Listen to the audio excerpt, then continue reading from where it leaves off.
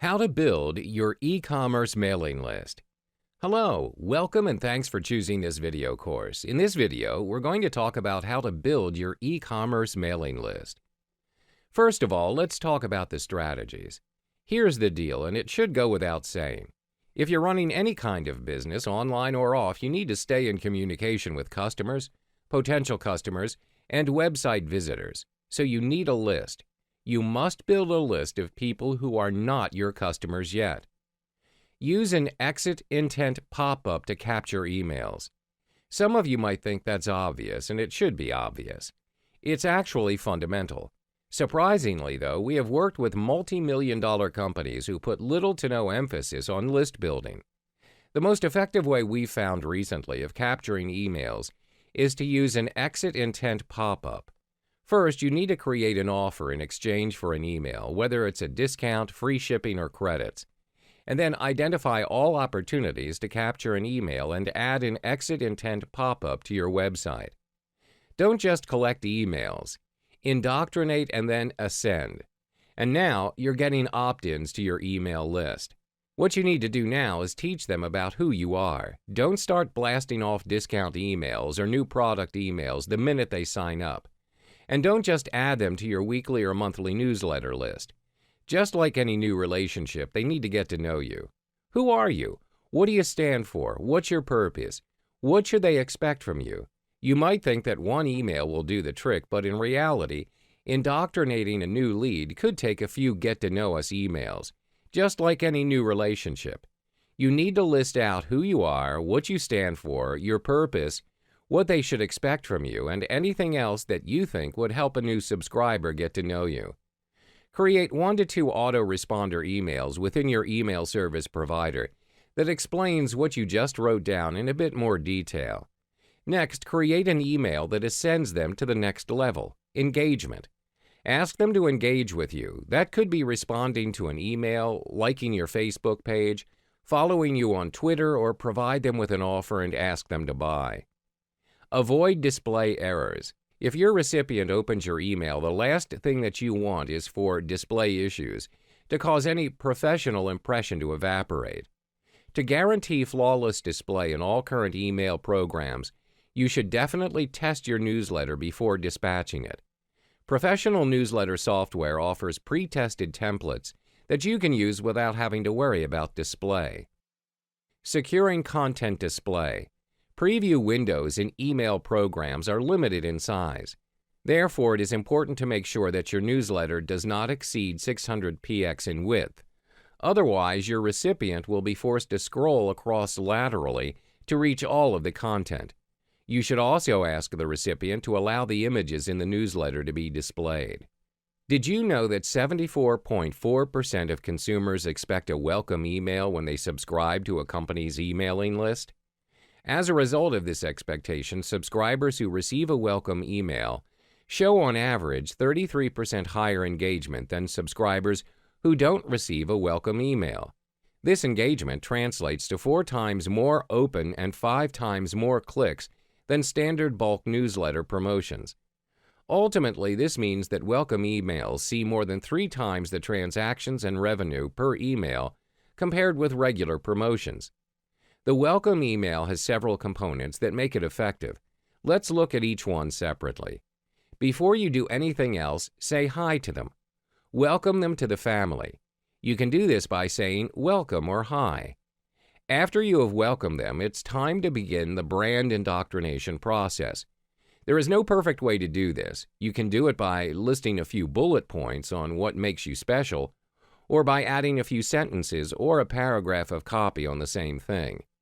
Once you've told them what makes you different, you need to explain what they should expect from your emails. The details will vary from company to company, but the goal is still the same. Tell them what happens next so they know what to expect from you. Regardless of whether you offer anything in exchange for their email address, you should make them an offer in the welcome email. If you don't want to give them a discount, give them free shipping, a free gift, or some amount of points. Just give them something and make sure you communicate it clearly in the email with a big bold text and a button that stands out. Finally, add links to your social profiles at the end of the email. whether this means social icons linked to your profiles on each social platform or asking them to like you or follow you on any social media platforms. Nurture emails all share one quality. Their goal is not to sell. If you keep that in mind, you'll be a good nurturer. Think about it this way. Your customers have other problems in their lives aside from the problems that your product solves. Most companies focus solely on selling their products. They don't care about the other problems their customer has. Here are some specific ideas for you to nurture emails. Brand indoctrination. One of the best things you can do with nurture emails is to continue your brand indoctrination process. Ideally, all the following ideas should be designed to fit into and reinforce your brand. Education. I speak to a lot of online retailers and e-commerce companies who don't believe that it's possible to educate their prospects and customers. They're selling kitchen knives or soap or automotive parts. They can only write so many emails about their products, and then what? They run out of ideas. Entertainment. Funny cat videos, songs you're listening to around the office, the latest joke you heard, it's all fair game for entertainment in nurture emails. Of course, what you can share will depend on your brand, but keep in mind that providing entertainment is a great way to stand out from the hordes of boring companies out there. Stories. You can tell stories about your business, where and how it got started, and what drives you today. You can also tell stories about your employees and your customers. Customer stories are great. However, you need to be careful to avoid overselling the testimonial or story. This is the easy part. You've welcomed your subscribers into your tribe. You've warmed them up with content, brand indoctrination, and more. You've even made a few soft offers to people in the content of your emails. Now it's time to sell and sell hard. The goal? Get people to make their first purchase. Creating promotions is relatively straightforward. First, you pick an offer, create an email, and then send it out. Whenever you make some kind of special offer, include a reason for the offer. Don't offer a discount without any reason. Instead, tell them it's because you bought too many and now you need to clear space in your warehouse. And if you offered an incentive for this sign-up, your welcome email will contain the coupon code and a big, bright, shiny button for purchase. It's amazing how many stores overlook their customer base as a fantastic source of sales and revenue. Did you know that it's 10 times more expensive to acquire a new customer than it is to sell something to an existing one? In this section, we're talking about transactional emails, and we'll talk about just how you can use these as an opportunity to sell to your existing customers. Optimizing your transactional emails is easy. Take your default email receipts, your shipping and order confirmations, and add the following. Upsells and cross-sells. Add upsells and cross-sells for other products you sell. If possible, customize these recommendations like Amazon does. For example, people who bought this also bought. Brand indoctrination. The brand indoctrination should never really end. Every moment you have your customer's attention is another moment to reinforce your brand's message and what makes you different. Benefits. Free shipping. Your return policy, how and where you get in contact with support. Never stop selling people on the benefits of doing business with you. According to the Baymard Institute, an independent web research company, 67% of online shopping carts are abandoned. This means online retailers lost as much as $4 trillion to cart abandonment in 2015, says Business Insider. Cart abandonment is a big problem for online retailers and e-commerce stores. So what should you do to overcome this problem? Don't use the default cart abandonment email that comes with your email commerce platform or email marketing provider. You'll get much better results if you customize the emails and send more than one. We like to send 3 emails. Email 1 reminder. The first email is just a reminder. Unfortunately, most companies offer a discount in their first email. This eats into revenue unnecessarily, as some people just need a simple reminder. Show them a photo of the product that's in their shopping cart and give them a link to return to your website and complete their purchase. Email 2, objection. No discounts yet. In this email, we attack one or several objections. The objections might come from a simple common sense thinking. That is, maybe they don't know we offer free shipping, or research and data. That is, based on survey responses and support requests. Email 3, discount. If they haven't bought yet, after an email reminder and an email about why you're awesome, maybe they're just price sensitive and a discount would push them over the edge. Now someone has purchased, maybe for the first time. This is an important moment. If you get this right, your new customer will stay for life. Get it wrong and you'll be another shoddy company your company avoids forever. Here's what you should do. Welcome.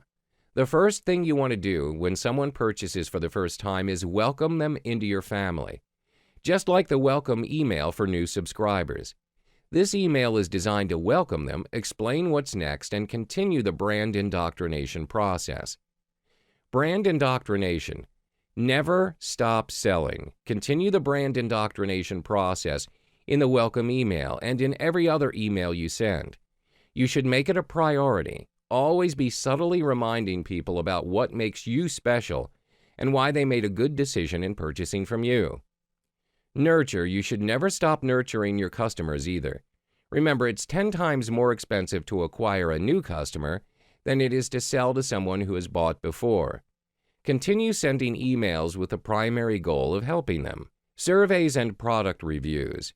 Your customers will provide you with a wealth of insights about your products, your marketing, and your operations if only you ask them. Remind people to leave product reviews. Send them surveys to find out what products they'd like to see more of and to discover why they decided to buy from you instead of your competitors. And lastly, the stage 3 of the campaign would be the re-engagement campaign.